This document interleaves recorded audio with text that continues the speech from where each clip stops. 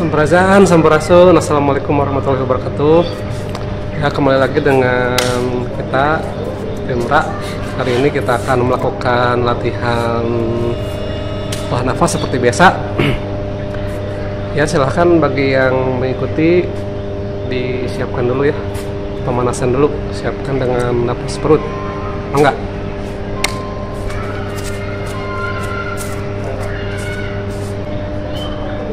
Sok bersiapkan badannya, langsung disetting ya, bukan diniatkan. Dirasakan dulu badannya, kesadarannya hadirkan, rasakan tubuhnya sampai level sel kalau bisa. Terus di setting untuk dilatih.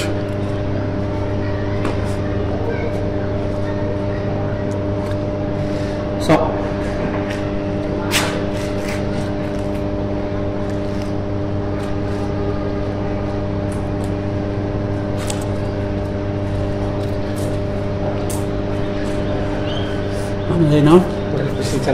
Mana ini gelis? Hei, ibu. Merok tidur. Sok setting dulu. Setting dulu, masuki frekuensi berhati.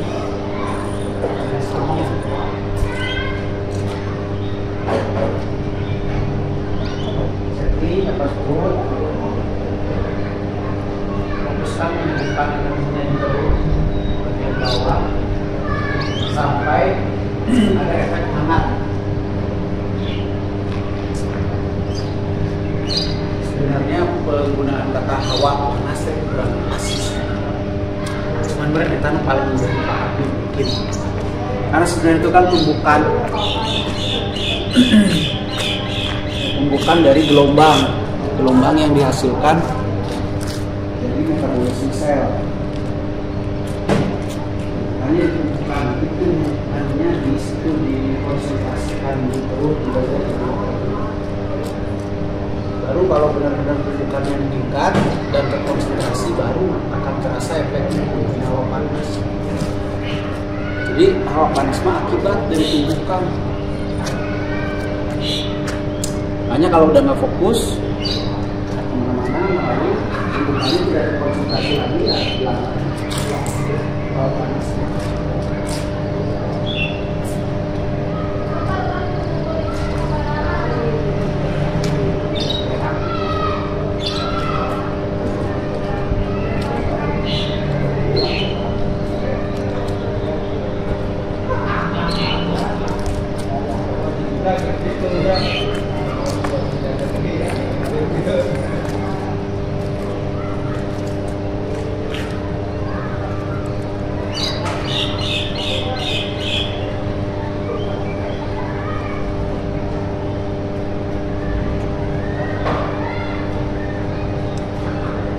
Ya, masih nafas perut.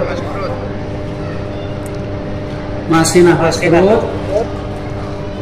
Fokus tumbukan di perut. Jadi nanti efek hawa panasnya terasa di bagian perut. Posisi bebas, bagian di rumah.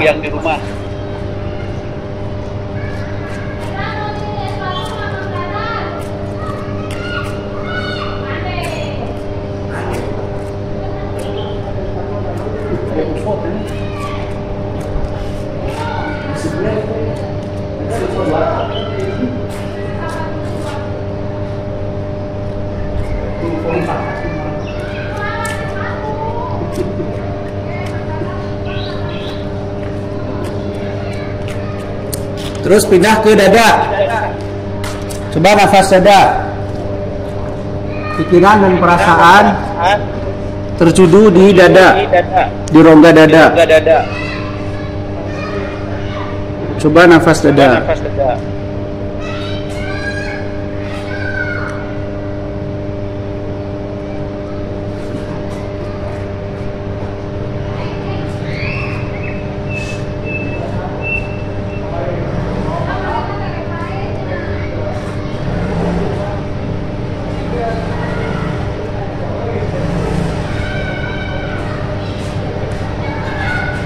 Perhatikan apa yang terjadi di tubuh pada saat kita memakai nafas dada.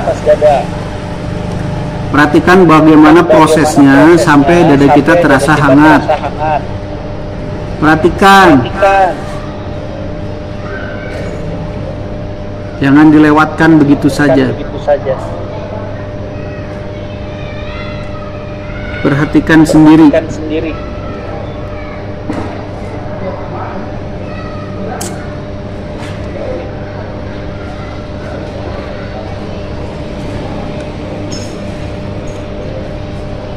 Bagaimana sih prosesnya dengan pernafasan bisa menghasilkan energi? Kenapa nafas dadanya sampai hangat? Hangat itu dari mana datangnya? Prosesnya bagaimana dan seterusnya diperhatikan sambil diperhatikan.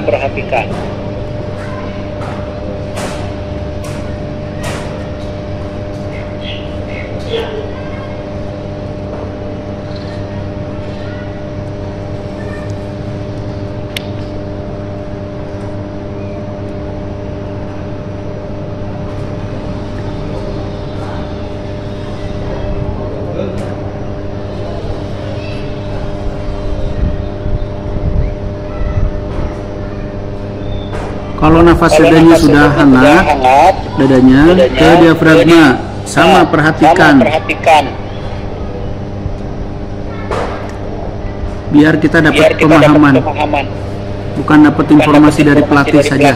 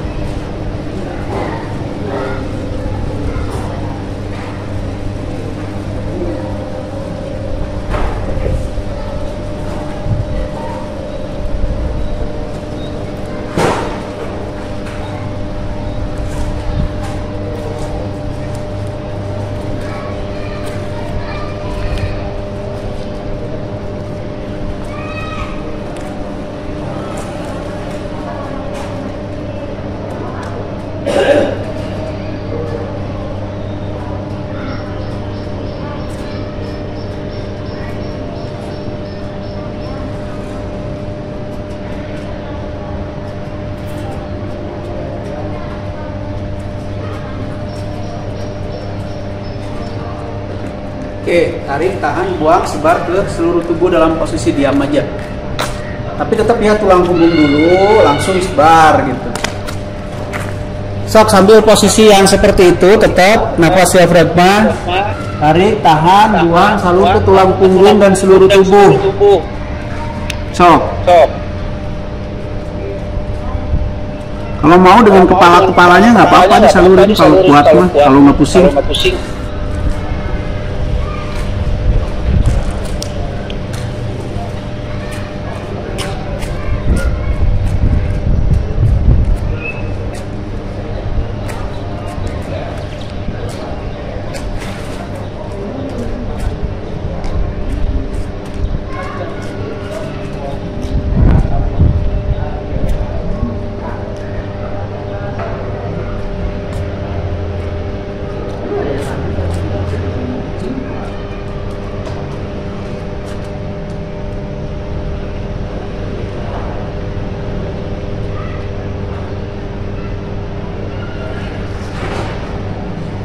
Tulang punggung kita sampai tulang ekor sampai leher ya. Terus ke seluruh tubuh. Terus saja, jangan bosan. Kita matak jadi kuat mah. Lain gerakan.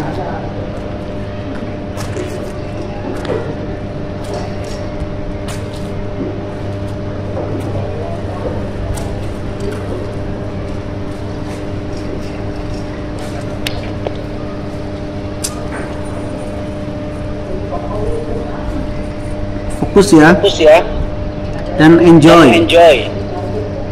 Nikmati dengan cara memperhatikan prosesnya baik-baik, perhatikan betul-betul biar kita dapat pemahamannya.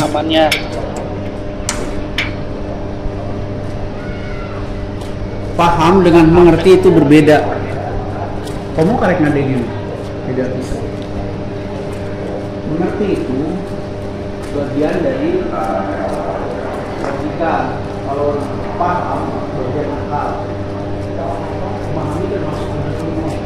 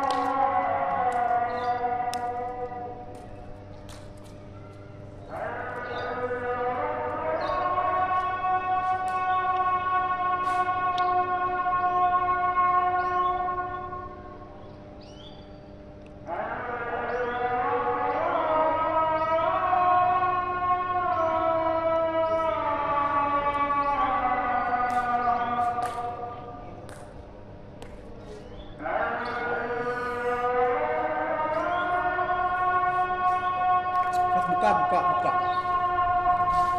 Biasa.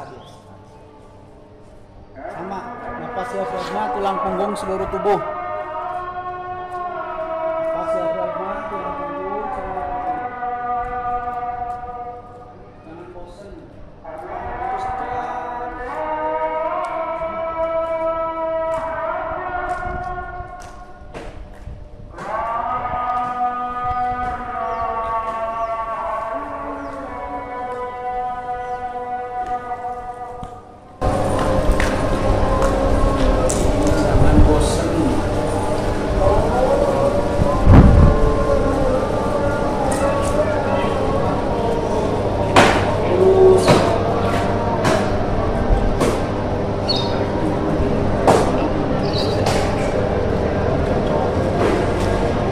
Terus pulang bosan terus saja melatih si energinya, karena kita sedang melatih energi bukan melatih badan.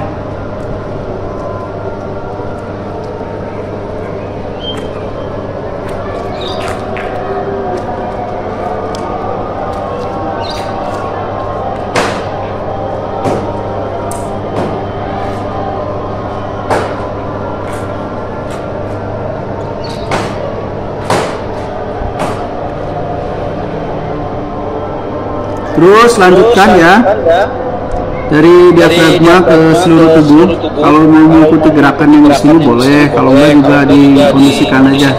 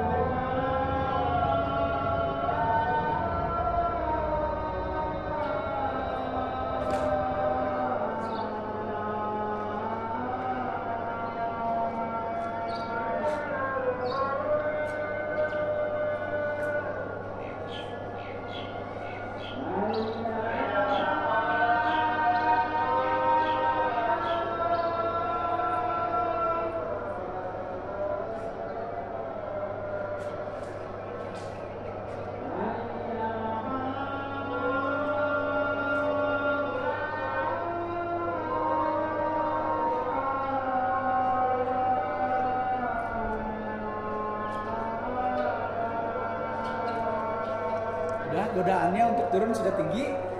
Ya turun dulu sana. Godaannya udah tinggi. So, atur dulu, dikenor-kenorin dulu.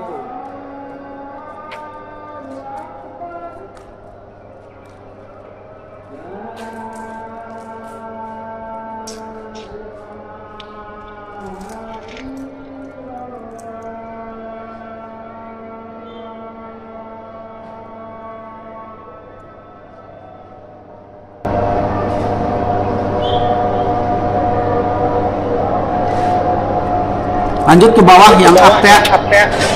Oke. Sama masih diafragma dan tulang punggung seluruh tubuh.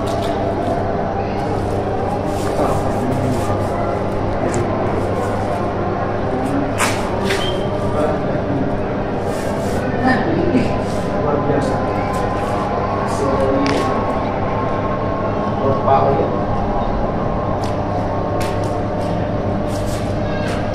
Sok sama diafragma, tulang punggung, seluruh tubuh. Perhatikan energinya karena yang dilatih itu energinya.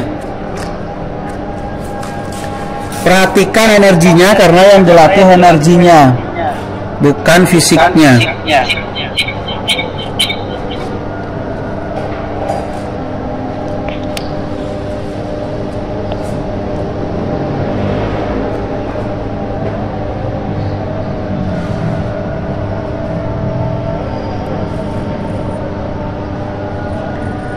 Sekali lagi, perhatikan energinya. Karena yang dilatih adalah energinya, bukan fisiknya. Jadi kalau fisiknya pegel ya biarin aja lah. Ya memang udah faktanya pegel.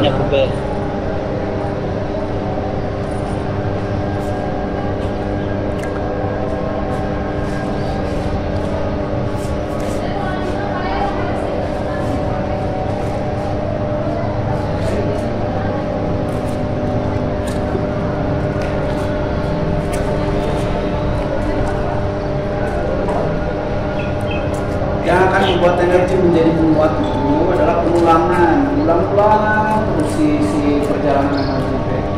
Karena lama-lama menguat. Kalau cuma saliwat sebenarnya bisa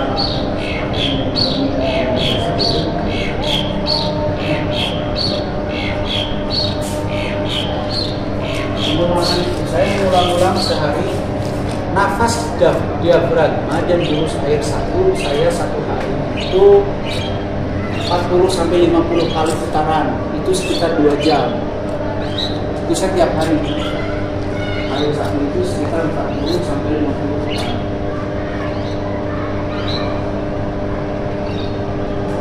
Karena pengulangan itu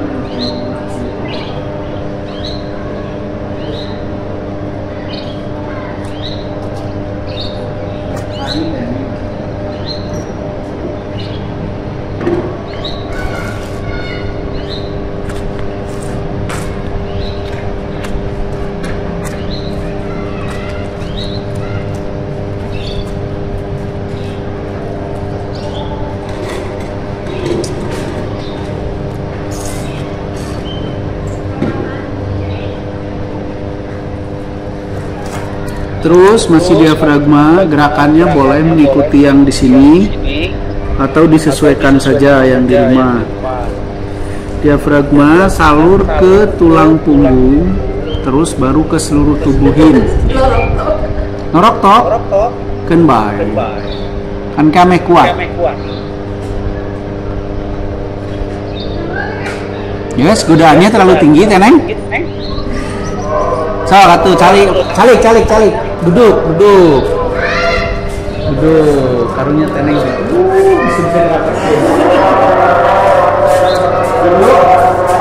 Kepalanya, nganggo hati.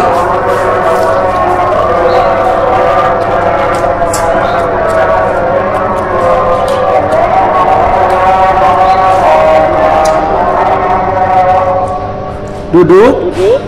Kelola hawa panasnya di ulu hati dengan nafas diafragma. Perhatikan ya, semua tidak boleh lepas dari kesadaran kita. Jadi semua diperhatikan.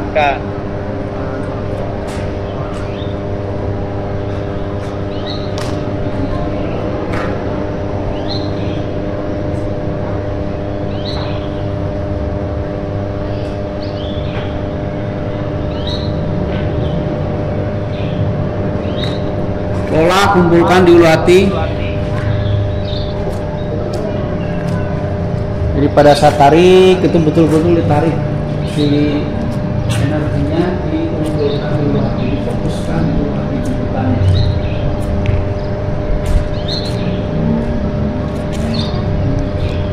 Oke, telapak ketemu telapak kaki ketemu telapak kaki. Ini yang ini. Oh, sama, tulang punggung seluruh tubuh, napas diafragma. Nah, gerakannya seperti yang di video ini, sok kalau yang mengikutin itu tetap ya, nafasnya masih diafragma, salur penyalurannya masih tulang punggung ke seluruh tubuh.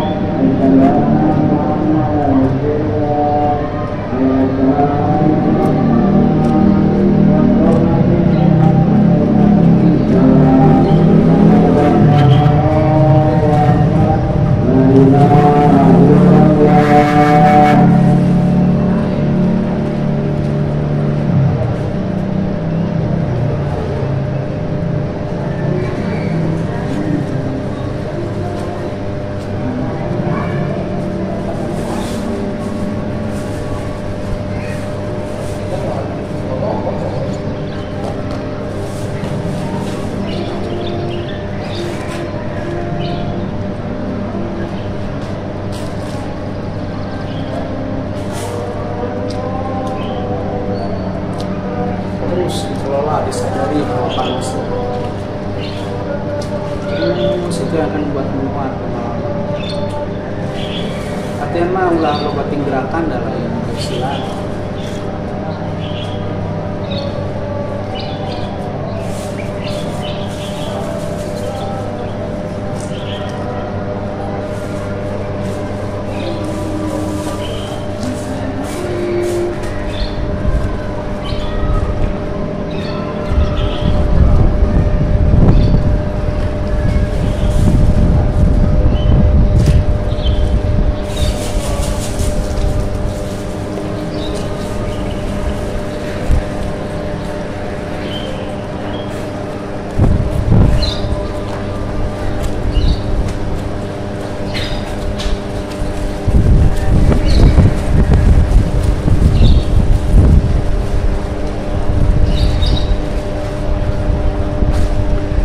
Terus salurkannya tetap ke tulang punggung dan seluruh tubuh. Gerakannya seperti yang di video, yaitu duduk bersila, telapak kaki ketemu telapak kaki, ujung jari tangan ketemu ujung jari tangan.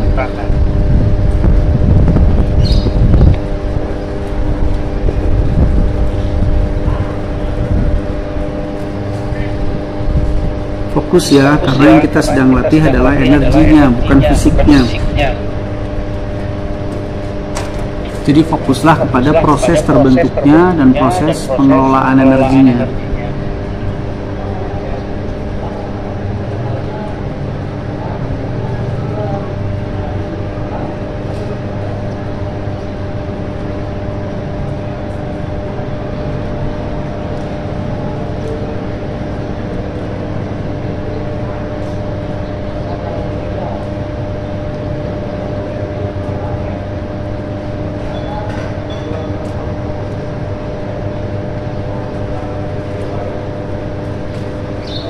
Nangkara teneng.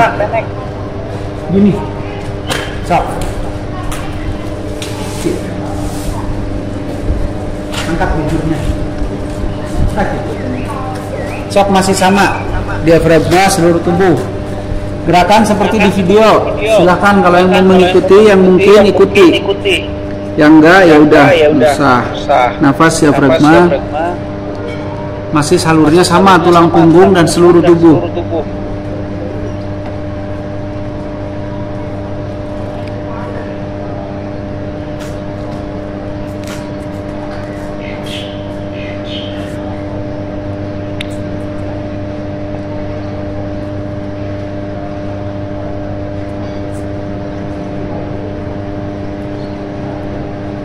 Baru 30 menit ya. Gak usah kepengen cepet sakti, baru 30 menit latihan. Ini seru masa sama aku.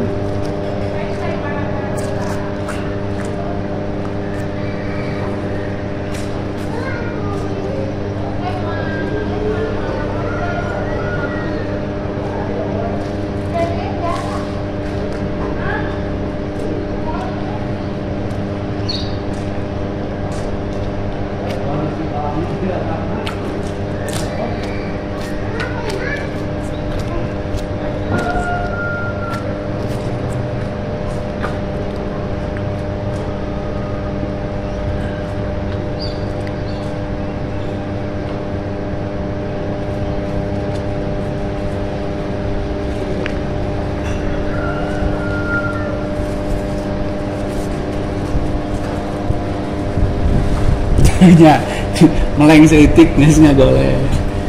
Kurang meleng seitik karena kena baso juga.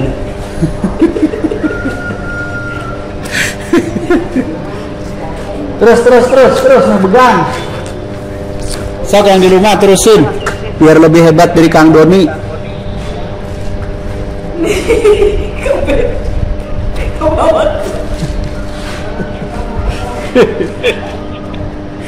Biar lebih hebat dari Kang Doni. Lanjut. Kang Doni mah cuma 5 menit.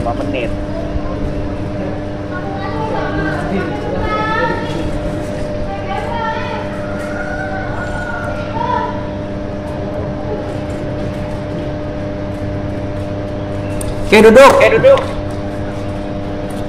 Duduk, tangannya di atas. Duduk sila. Tangan di atas, diafragma masih salur seluruh tubuh. Biar padat. Sok. Nafas masih diafragma, penyaluran masih tulang punggung dan seluruh tubuh.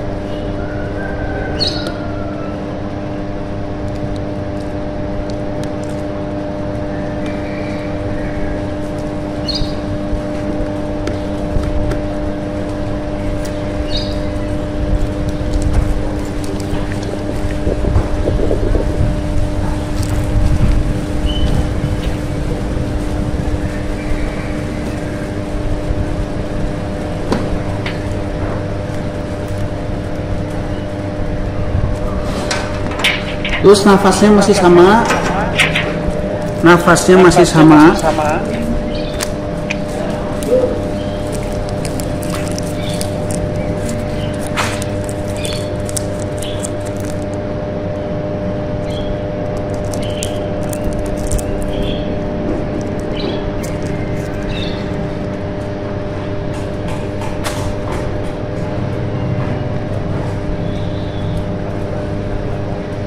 Oke, turun, sebaran lagi, turun. Nafasnya masih diafragma, salur setengah-setengah. Setengah badan kanan, nanti tarik lagi, setengah badan kiri, nanti tarik lagi, setengah badan kanan, gitu sok. Coba penyalurannya sekarang, masih nafas diafragma. Penyalurannya setengah badan, jadi tarik, tahan, buang, salur setengah badan kanan, tarik badan, buang, tahan, buang, tarik sebelah kiri. Coba sebelah.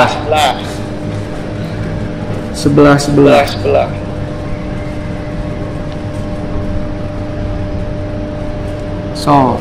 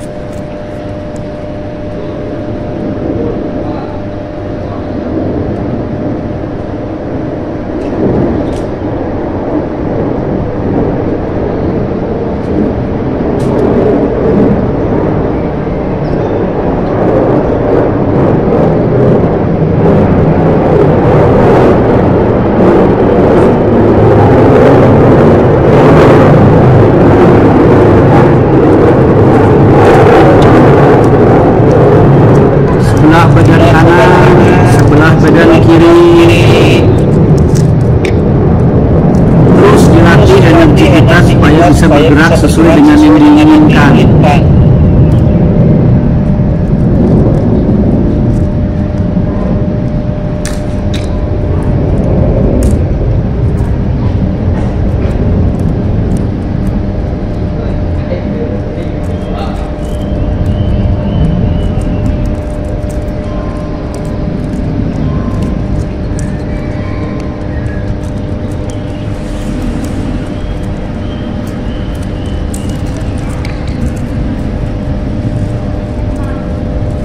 Jaga fokusnya dari mulai bosan, mulai capek. Lakukan seperti ini minimal aja 2 jam atau 1 jam satu hari. Lumayan.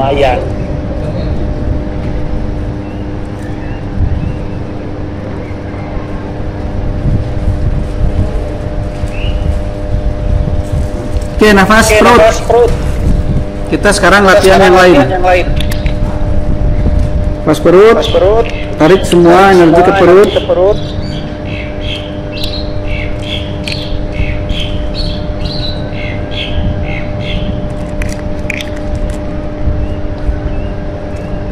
Sambil napas perut, mulai rasakan tubuhnya, permukaan kulitnya dirasakan.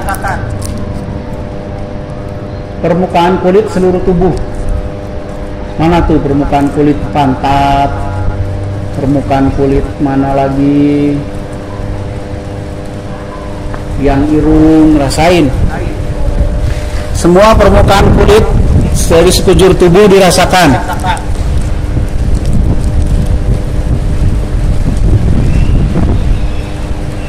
Kemudian rasakan fluktuasi gelombang elektromagnetik yang di luar kulit kita atau permukaan kulit kita yang namanya aura kita sendiri. Coba dirasakan dan dikenali. Dirasakan keberadaannya dan dikenali. Nukumaha eta teh. Yang bagaimana itu teh? Dirasakan keberadaannya dan dikenali. Bagaimana cara kerjanya dan seterusnya. Sok dikenali. Habis itu coba dipergerakan, misalkan dilebarkan, dipadatkan, diputar, apa bebas deh.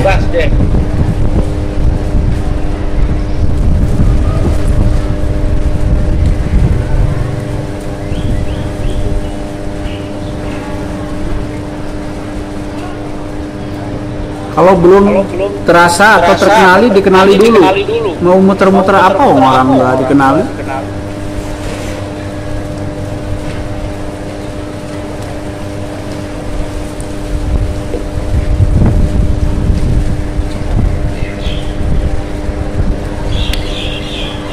Sok dikenali dulu, dirasakan keberadaannya dulu, kemudian dikenali, baru dipergerakan.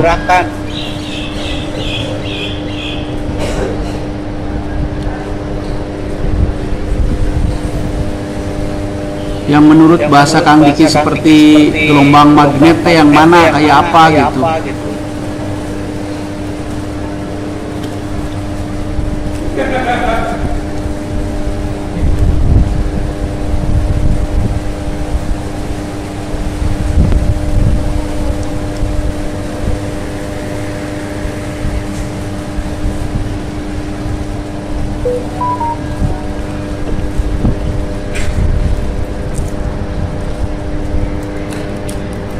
Neneng tunduh baledog sendal gerak.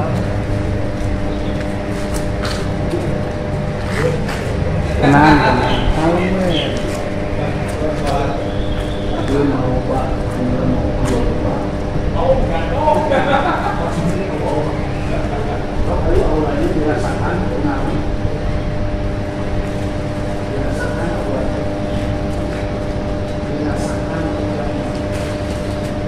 Aura itu maksud bentuknya mana,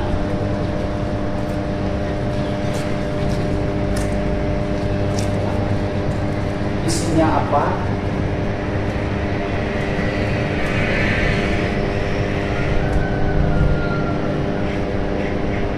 itu harus paham. Jangan syukur bisa itu terang ditanya aura yang mana.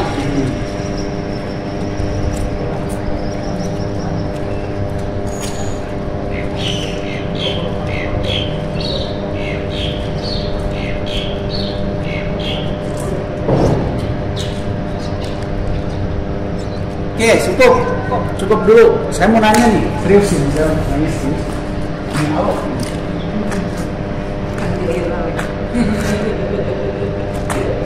Aura teh kumaha? Ieu teh pergerakanna kumaha? Pergerakan nama Ini dari mana ke mana?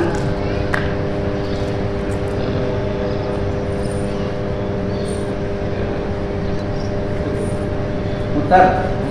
Apa yang membuat dia muter? yang mau kurangnya dengan Oh, menitnya muter. Jadi kalau secara normali dia gimana pergerakannya? Gak bisa setting apa-apa. gitu. Oh, di luar. Kita kan boleh warna. Kalau tadi setting itu ada tuh bagian ada gelombang kan? Ya. Jadi gerak, tapi tidak bergerak ya, begitu saja, memancar saja. Terus coba tadi saya putuskan bergerak, tadi goyang-goyang. Siapa yang menggoyang-goyang? Kita mengikuti gerak-gerak kita, berarti bukan aura kan? Bukan. Tapi respon saja. Oke. Pertanyaan saya, kalau memang pergerakan aura tanpa disetting begitu, terus bagaimana orang yang begini-begini? Dia lagi bergerak mengikuti siapa?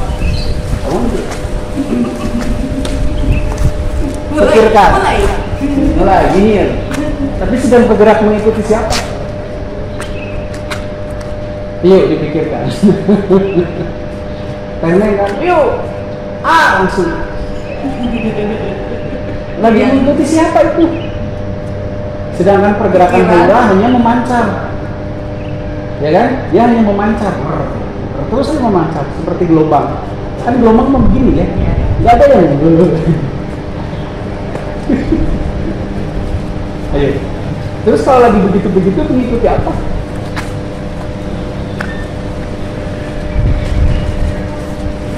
Ted, mengikuti apa kira-kira?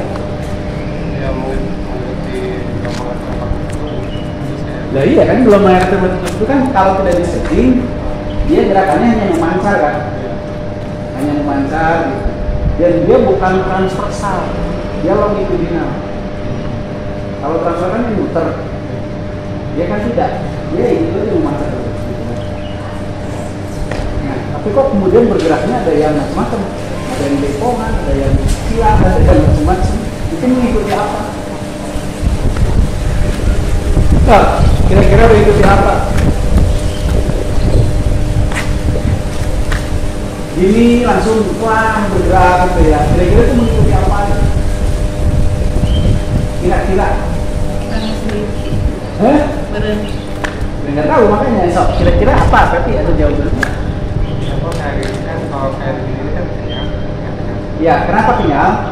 Karena kan ini saling nyebrot, ini nyebrot ke dia gitu kan. Akhirnya kan jadi kayak bertolak belakang. Tapi kenapa tiba-tiba jadi begini? Nah, gitu kan. Sama gerakannya kan nggak itu nggak efektif sama Kenapa? Ayo mau peraturan itu kemana?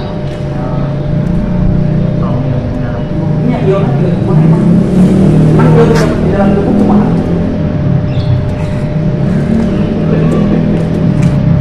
Kan tidak tahu ya.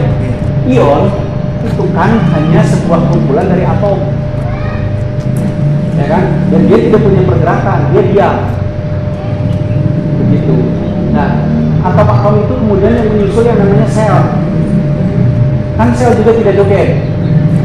Nah, metabolisme sel itu menghasilkan loncatan elektron, proton, dan satu lagi neutron. Nah, jadi itu kan loncatan saja, gitu kan? Nah, kenapa jadi berpola? Gitu? Dengan alasan mengikuti pergerakan aura. Padahal aura pergerakannya gitu kan? Kenapa jadi macam-macam gerakannya setiap individu berbeda kan ya? Itu ada apa? Apakah halusinasi tingkat dewa yang diikuti? Atau apa jangan-jangan gitu? Kalau proton bergerak, neutron bergerak, tapi kan searah gerakannya. Dan mestinya setiap orang sama. Apalagi kalau ngomong mengikuti pergerakan alam, nggak bisa. Alam itu bergeraknya pasti di satu tempat sama. Nah, jadi sedang ngapain? Yuk kita pahami sedikit. Jadi sedang apa kira-kira tujuan? Ya kan kalau sedang magnet kan diletakkan dua magnet misalkan. Namun dia kan kalau orang dia kalau menjadi kita jadi kemana gitu kan. Mohon. Nah, pertanyaannya kan berarti yang menggerakkan siapa? Siapa yang menggerakkan siapa? Kita yang memposisikan karena ada tolakan katakanlah tolakan banyak peras luka sedetik video itu resep jadi ke mana gitu. Betul. Berarti kalau kayak gitu logikanya kan hanya telapak dan telapak ya. yang terus saling mengikuti. Harusnya kan gini. Ya kalau yang ini ke sana gimana? Kalau saya terdapat praktik ya. Berarti mengikuti kerapatan dan peregangan. Kerapatan dan peregangan itu efek dari apa? Loncatan apa? Ion yang gimana?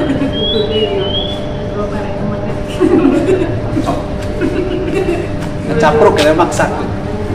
Bisa nggak bahwa di aura kita itu ada yang lebih rapat? Bisa, tergantung metabolisme area tersebut. Di kepala lebih rapat, makanya bisa lebih mudah dilihat. Karena kan listriknya banyak di sini daripada di bujur. Jadi pas lewat, push lah di sini lalu. Ayo, mikir makanya. Jadi kita bodor dalam kita. Bodor lain bangga, bodor. Nah, begituan teh. Bukan salahnya, ini bukan menyalahkan, cuman lagi ngapain gitu loh. Lain masalah salah. Tapi lebih apa kira-kira gitu. Ya, kalau dibahas begini mah hanya naon. Makanya kebanyakan orang yang polos tak diam saja. Paling nurut gitunya. Ningali batur gitunya. Nah gituan. Nah kikian. Saya mulai bingung. Ini Pak. Ini lagi mau dipekan aja. Dipekan. kalau kayak gitu. Kan orang kayak rasakan ya, kalakan ya. Maka lamun tadi rasakan mah gitu biasa, tapi pun di rasapi gitu. Oh ada rasa ya kalakan. Artinya menyadari pergerakan aura dan karakteristiknya. Oh ternyata ada tolakan antara kutub dan kutub. Betul kan? Kutub dan kutub. Nah kalau ini kan tidak. Tapi kok pada lincah-lincah? Tanya lagi. Jangan ngomong Kang Diki ngajar karena kutub tidak. Kang Diki justru menyuruh itu biar kita mengerti. Kenapa kita tiba-tiba hidup beda? Ya, ngerti gitu. Kang Diki mau bergerak dari hati. Dia orang ngerti gitu, tiba-tiba nyontek kan gerakannya.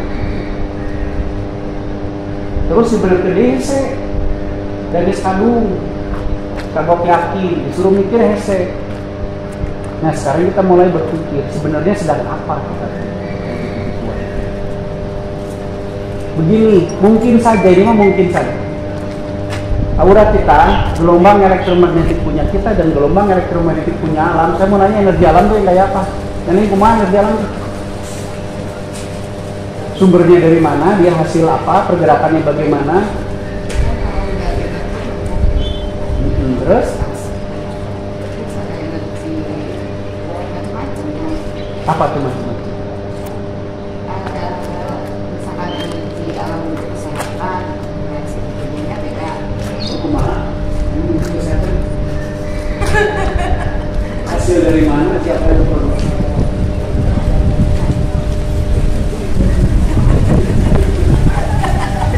Agaknya capruk ya.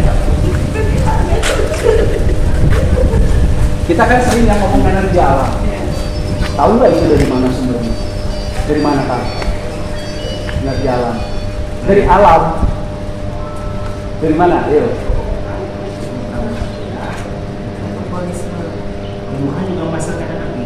Iya, ya kan kita itu kan energi tumbuhan. Ini mah energi alam. Itu dari mana?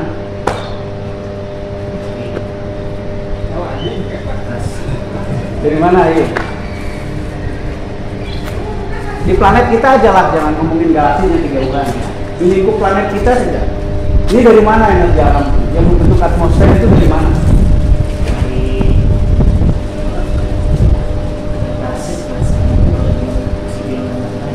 Ya, itu tertangkap oleh apa? Kan diamnya karena tertangkap oleh ionosfer.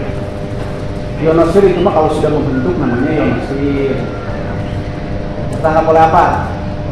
Gas-gas di ketinggian sekian terbentuk, tertangkap oleh sesuatu sehingga dia berdiam di situ namanya stratosfer, ionosfer. Itu kan sudah tentukan. Nah pertanyaannya yang membuat gas itu diam di situ itu apa?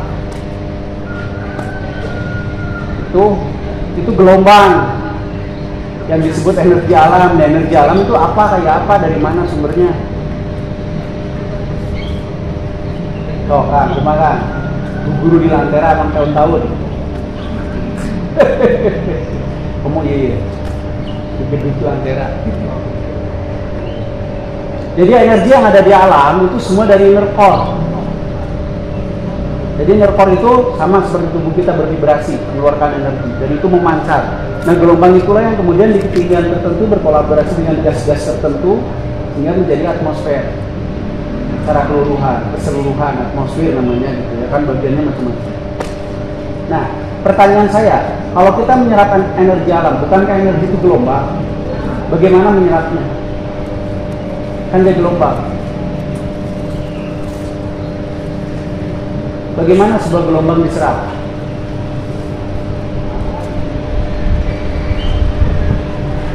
Kan bentuknya elektromagnetika. Membentuk kayak receiver gitu. Ini receivernya kayak apa? Kayak parabola. Proses penyerapannya bagaimana, kan gelombang mah gini, ya kan? Nah menyerapnya bagaimana? Kan mancar ke atas gitu, terus diserap balik lagi gitu gelombangnya gitu. Ada tuh mana? Kita selama ini wah menyerap energi alam gitu kan ya? Apa yang diserap? Gelombang loh ini masalah gelombang loh. Terus sudah diserap, dikumpulkan, gelombangnya berubah jadi apa? Bentuknya kayak apa? terus kemudian dimasukin ke badan, gelombang dimasukin ke badan, terus dia nyangkutnya di mana? Di gelombang itu. Gak kepikiran? Atau memang kita selama ini ya terbawa dicocok hidung? Harus ngakui, kita tuh bergerak dengan kebodohan absolut, ya kan? Ada seguru kiri gitu, gitu kan ya? Tidak pernah bertanya Kang Diki, kan masa gelombang diserap? Memang gelombang itu punya 3 sifat, bisa dipantulkan, bisa dibiaskan. Maksudnya dipantulkan itu dibelokkan ya, bisa dibelokkan, bisa dibiaskan, bisa juga diserap, bisa. Tapi tahu nggak bahwa gelombang itu bisa dipantulkan, bisa diserap tergantung permukaan penampang penerimanya. Misalkan kaca, memantulkan atau membiaskan? Membiaskan. Yang bisa memantulkan kayak gini-gini nih, apa tembok, apalah segala macam ya. Yang bisa menyerap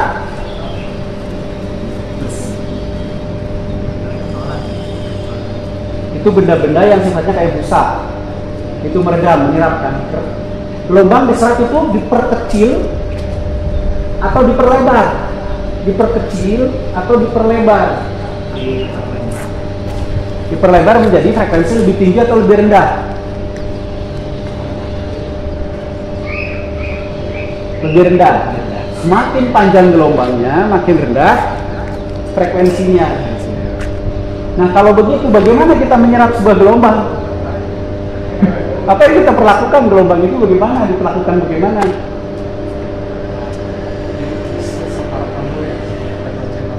Ya, disetarakan dengan frekuensi tubuh kita. Pertanyaan saya, tahu nggak panjang gelombang tubuh sendiri? Nah, terus bagaimana? Terus bagaimana?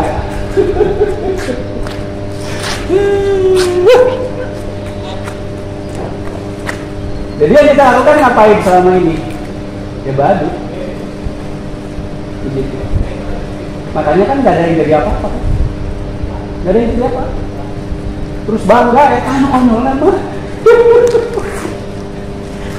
Rasa bangga itu yang konyol banget gitu. Wah, pernah itu. Kenalan sih aja, tanya kenalan kan berapa energi alam? Coba kasih pertanyaan kayak tadi. Jangan, ini berapa? Ini nih, dari kita nanti itu baru lagi. Udah kerasa panas nanti juga. Berat ini ya udah capek. Memang Kang Diki tidak menjabarkan ini, mungkin terlalu bertele-tele, mungkin ya kalau dijabarkan. Tapi kan kita sebagai murid wajib mengkajinya. Jadi penggalakan kami udah memiliki tarangan kerjaan. Lain itu kita yang maju penggalinya. Pada saat yang dia ngomong serap energi alam, nah energi alam, kumaha wujud karakteristik cara kerja apa tetek bunyi, kok bisa diserap? Bagaimana proses menyerap? Terus dimasukkan ke ubun-ubun katanya, dimasukkan ke jantung, masukin kemana? Apa aja yang dimasukkan? Kalau gini ngumpul katanya dikumpulin, gelombang bisa dikumpulin, diputus dari akar dari aslinya terus dikumpulin gitu. Atau bagaimana? Dia ada gelombang yang berjalan putus, ya ini diambil kumpulin gitu. Atau gimana? Papar. Ya, kalau dipaparkan kita juga kan tiap saat terpapar. Ngapain juga diambil-ambil?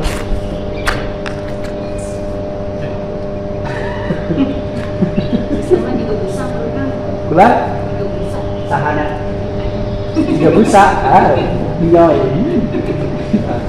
Mineral. Ampun.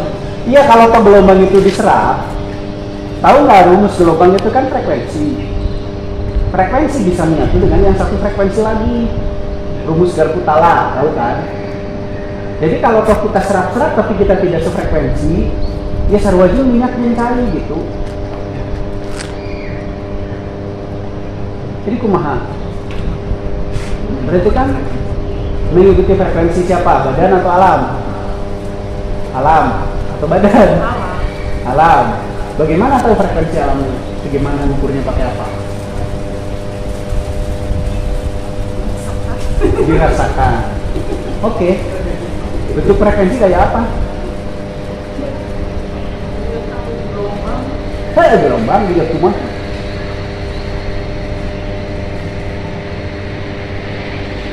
itu.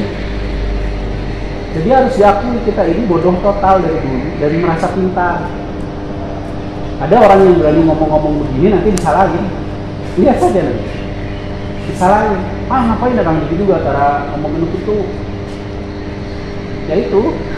Akhirnya kita jadi begini, sama-sama belajar. Ya, betul nggak? Nyari batu yang magnetiknya tinggi, anomalinya ya, terus dikumahakan. Diserap. Pertanyaan saya, itu gelombang yang dari batu misalkan karena berbagai macam proses pembentukan sehingga menghasilkan gelombang yang berbeda dari yang lain. Diserap ya?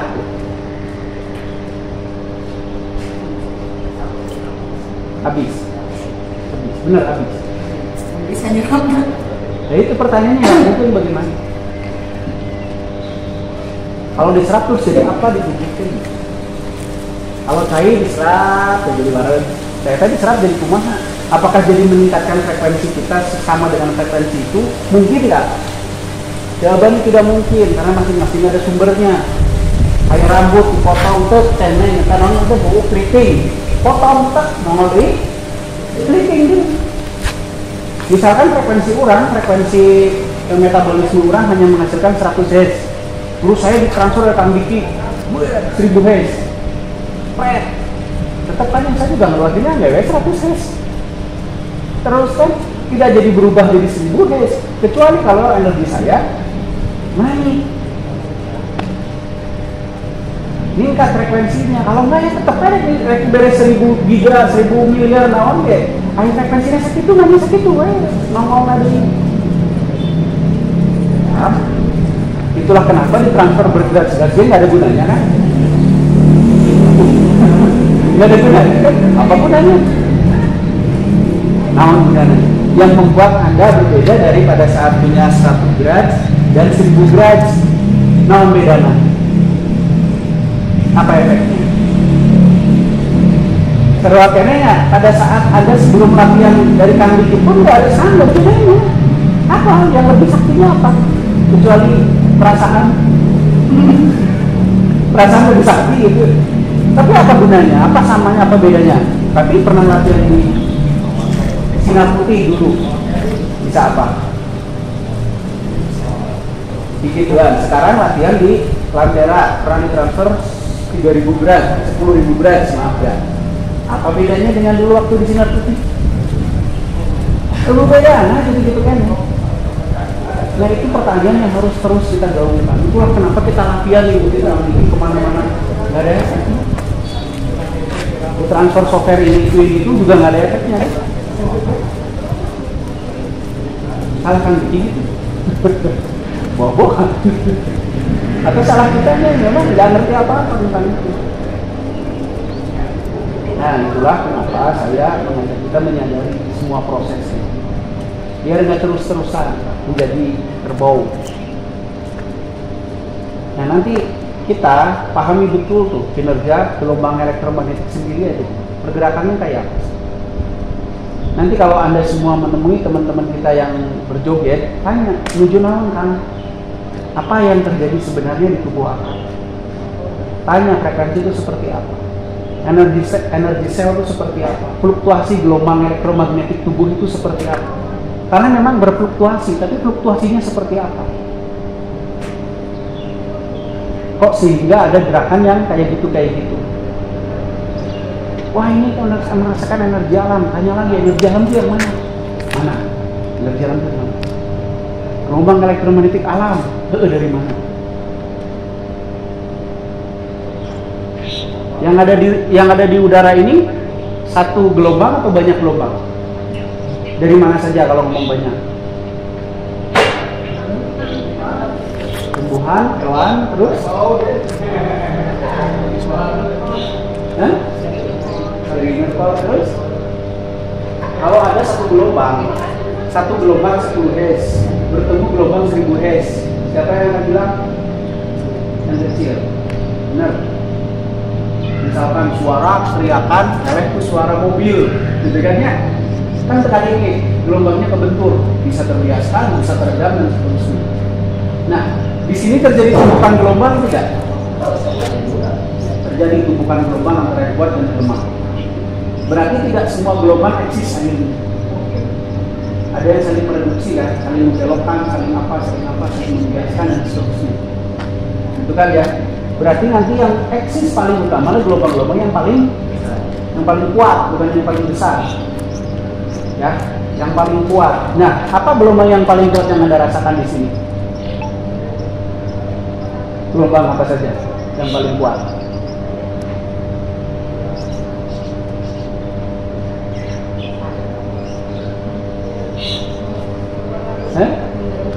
Yang dari bawah, dari inner core, yang paling kuat. Kenapa itu disebut paling kuat? Iya, kenapa itu bisa mendominasi? Stabil. Emang yang lain nggak stabil? Stabil, cuman mungkin dia lebih sumbernya lebih kuat, lebih cepat, lebih tinggi frekuensinya. Cuman pertanyaan saya, apakah benar di udara ini hanya dari inner core planet kita atau planet dari planet lain di mana? Nggak masuk? Masuk. Bentuknya kayak apa? Jangan ngarang. Jangan ngarang. Kalau kayak gitu udah ngarang. Jangan ngarang. Jadi kalau seperti itu di dalam ruang ini terjadi tumbuk menumbuk gelombang. Terjadi tumbuk menumbuk gelombang. Tumbuk menumbuk itu melahirkan apa?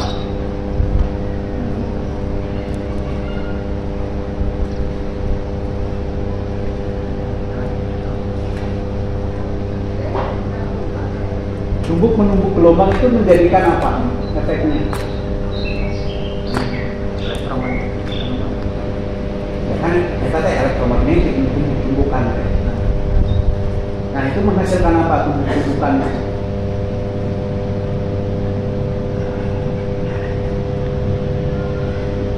Menghasilkan kerapatan dan kerenggangan. Ya, pada saat tumbukan itu intens, itu artinya rapat. Terjadi kerapatan. Pada saat tumbukan itu tidak terlalu intens, maka ada renggang.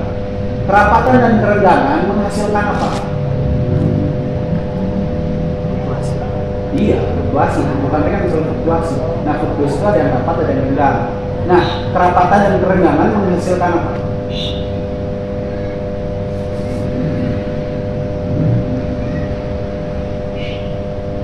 Menghasilkan yang namanya arus. Arus dari tekanan frekuensi dari yang rapat, dia akan lari kepada yang rendah. Tercipta arus. Arus menghasilkan apa?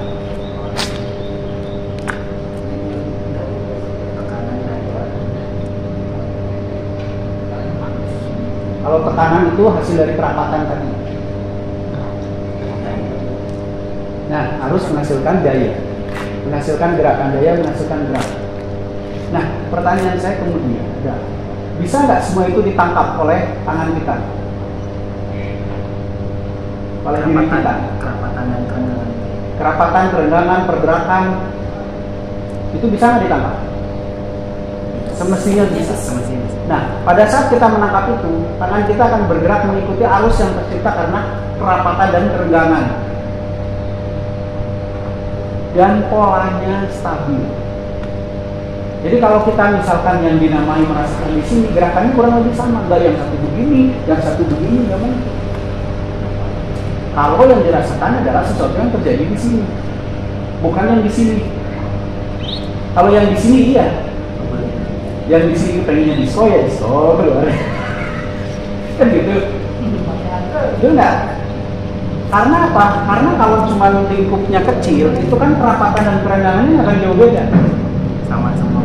Ya kurang lebih akan mirip lah gitu ya. Jadi kalau kerapatan dan kerenggangan di sana renggang, di sini rapat, maka harus akan dari sini ke situ kan. Maka orang yang merasakan akan cenderung begini kan. Hampir semua begini karena harusnya ke situ. Tapi aneh kalau ada yang begini itu aneh. Jadi dia. Nah, yang sering tersaji di depan mata saya adalah di satu lingkup kecil pergerakannya beda semua. Ya nggak? tergantung tubuhnya masing-masing, katanya nggak bisa. Kalau yang dirasakan pohon pisang, ya jangan tergantung tubuhnya, tergantung pohon pisangnya dong. Kan gitu. Jadi mungkin kita bergerak itu mungkin karena mengikuti adanya arus, adanya pergerakan perpindahan energi dari rapatan dan kerenggangan itu. Mungkin, tapi mestinya kalau yang dirasakan alam dan lingkupnya kecil, itu mestinya nggak jauh-jauh beda. Ya, dan nggak ngarang, nggak kayak gini-gini doang gitu ya. Apalagi kan yang begini ya. Gitu. Nah, harus kita akui kita masih berbuat tanpa tahu, tanpa mengerti, tanpa paham, dan diyakini lah. Terus apa bedanya dengan umat-umat sebelumnya yang dicarikan di mana-mana? Sama kan ya? Cuma sekedar katanya, terus mengikuti dan yakin. Sama aja. Nah, kita nggak boleh. Kalau kita mau berbuat, pikirin benar-benar, pikirin matang-matang. Ini kayak apa? Nah, nanti latihannya begitu di rumah. Rasakan punya kita dulu, pahami. Kan rasa tuh seberapa gitu ya. Terus rasakan yang di luarnya, terus rasakan saling tumbukan antara yang di luar dan punya kita. Rasakan tumbukannya, rasakan dulu tumbukan. Nah, tumbukan itu kan menghasilkan tadi kerapatan dan kerenggangan, menghasilkan arus. Rasakan arusnya, pergerakannya, sana sini, sana sini, sana sini. Tapi pertanyaan saya, apa sih gunanya merasakan kayak gitu dan bagaimana? Buat bisa menyatu kan? Menyatu dengan apa? Oh, yang dirasakan cuma arus kok.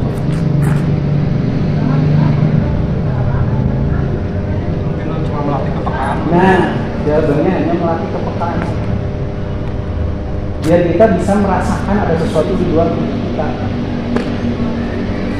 Nanti yang harus kita latih selanjutnya adalah koneksi. Dari koneksi itu kita baru bisa menyatu. Jadi bukan joget-joget nggak ada gunanya. Apa gunanya sih? Merasakan arus yang bolak-balik nanti yang tergantung kerapatan kerenggangan di setiap tempat.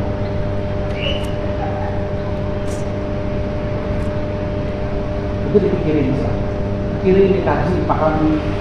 Bukan berarti yang ada salah atau tidak salah, bukan itu ya. Bukan salah atau benar, ini itu salah, ini benar, ini benar, ini itu salah, bukan itu.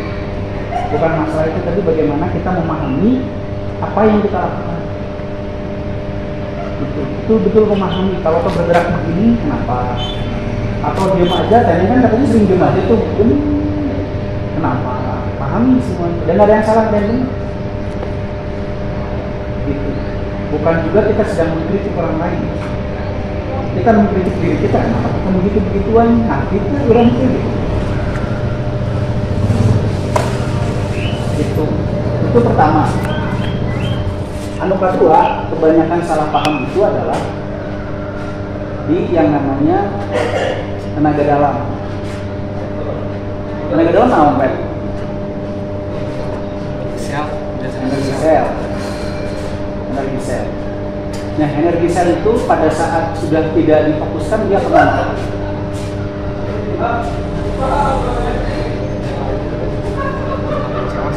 Kemana? Nyimpennya di mana?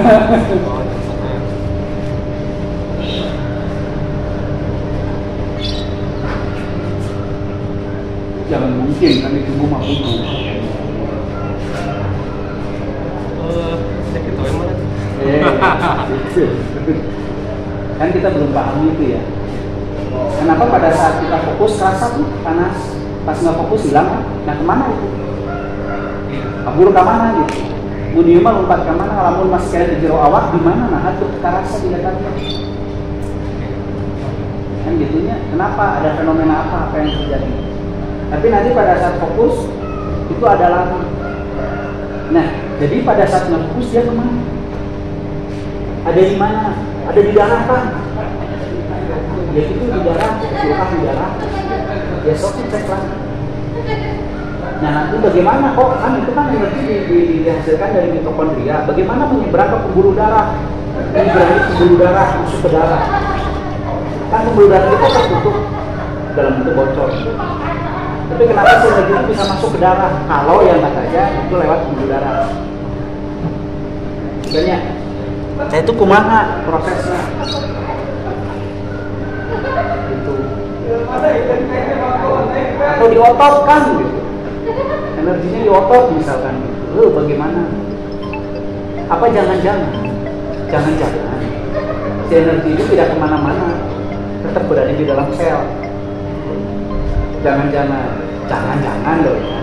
Kan perlu dibuktikan lagi, perlu Anda rasakan. Hanya ada di dalam sel dan dia memang tervibrasi. Ya coba cek nanti di tubuh masing-masing.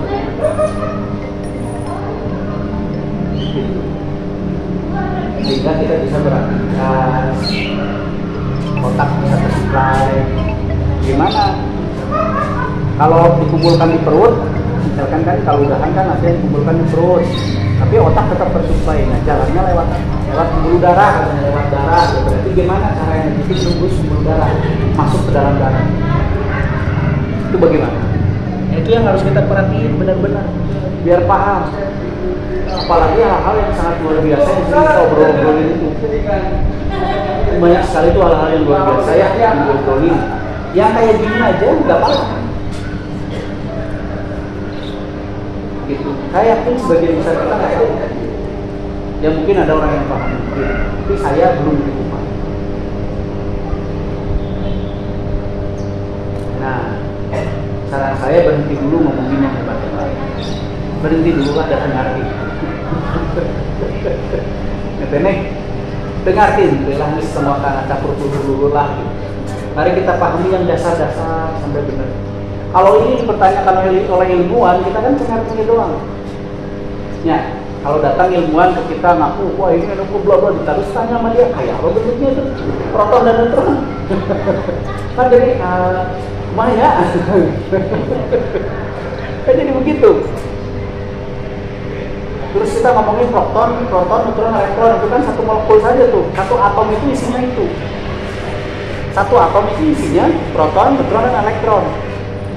Nah, bagaimana sebuah atom bisa saling berikatan satu dengan yang lain? Ikatannya kayak apa?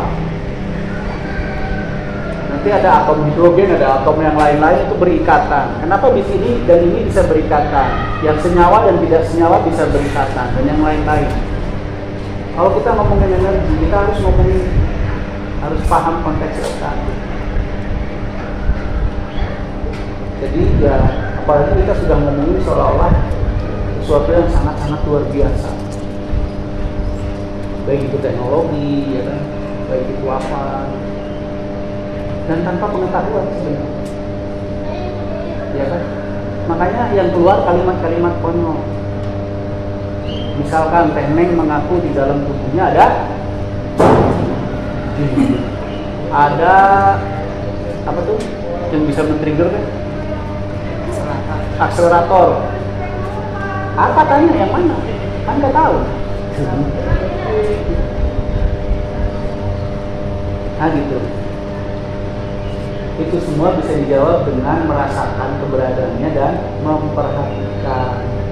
Kita solusinya. Berarti kan kan setiap energi ya ada di setiap sel. Apa ya energi ada di setiap sel. Berarti kita kalau misalkan orang nafas pun dengan awal bisa terus sirkulasi. Itu dengan manusia. Gini deh, Teh Neng ningali cucumuk kumaha. Badan langsung panas ya, langsung tenaga lari gede, ketrigger itu energi dengan cucumuk. Tapi apa yang men-trigger itu cucumuk? Iya, kumaha? Yang men-trigger sensor Yang men-trigger cucumuk, yang ke-trigger apa? Ego. Karena menganggap ada ancaman, gitu kan ya? Ego menganggap ada ancaman nih, maka ego melakukan usaha penyelamatan.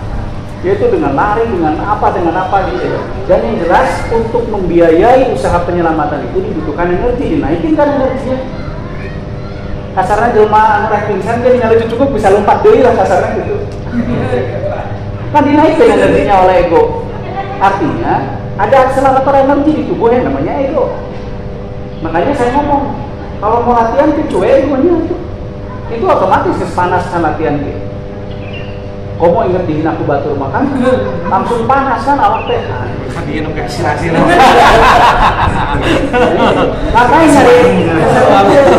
Ngapain nyari akselerator yang jauh-jauh? Jadi tubuh gak ada itu namanya ego. Makanya ada orang menyemangati kan gini. Tadi ya dipukul badannya, nggak ada yang ayo semangat, ayo nggak ada. Pukul. Kalau petinju pukul-pukul gitu sendiri kan. Intinya menghadirkan sebuah situasi yang seolah-olah mengancam dirinya. Teriak dengan keras gitu kan. Gitu loh. Adrenalin naik jadinya kan. Kenapa? Ego kepicu menganggap ada ancaman. Energi naik. Ancaman dan kebanggaan. Kalau kebanggaan nanti efek dari hasil. Tapi yang bisa men-trigger ego itu ancaman. Apa? Bikin aku batur. Pengalaman saya pada saat koneksi, saya serius badan saya dan itu mau jadi panas. Tapi kan itu tidak Koneksi kepada apa? pada badan saya. Kepada badan Venila. Koneksi sendiri butuh fokus. Fokus itu menghasilkan atau membutuhkan energi tinggi. Wajar badannya panas. Kalau trigger begini, misalkan lagi nggak ada apa-apa gitu ya, lagi asik-asik aja sentuh gitu langsung berai panas, itu trigger. Kalau PP disentuhnya yang lain, berai. Itu trigger namanya. Kalau lagi terkoneksi itu udah lagi dalam kondisi fokus, energi lagi tinggi. Itu wajar ya kan? Jadi gitu ya, nggak perlu nyari batu-batu yang gitu untuk men-trigger yang tanam. Dan saya jamin balik gitu. Jamin. Jadi sering-seringan men-trigger akselerator Anda sendiri yang namanya ego. Kalau mau latihan, dipicu ego. Nah, ini carikan diri sorangannya dengan naon kan? Aman yang bodoh kayaknya latihan Tuhan untuk bodoh wae gitu ya. Itu bisa men-trigger itu asal teh egonya sampai ke titik. Gitu. Itu persaingan, memicu ego nggak persaingan? Memicu ego. Gimana kalau orang yang sedang bersaing lulus? Masa lagi bersaing lulus? Pokoknya mah pemacaran aku udah menang. Nah, berarti kan semangat kan? Saingnya gitu kan? Kayak tamat eneng. Persaingan memicu ego membangkitkan energi. Ketrigger egonya kan? Bangkit energinya, jadi semangat karena full energi. Gitu. Nah itu semudah itu nanti ya gitu.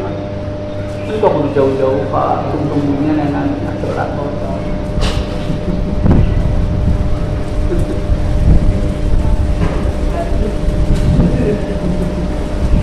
Tapi komo, batu ditangkep Pak. Gitu. Terserah mati aja kan. Oke, ada yang ditanyain nggak berkait yang tadi? Berkait yang tadi.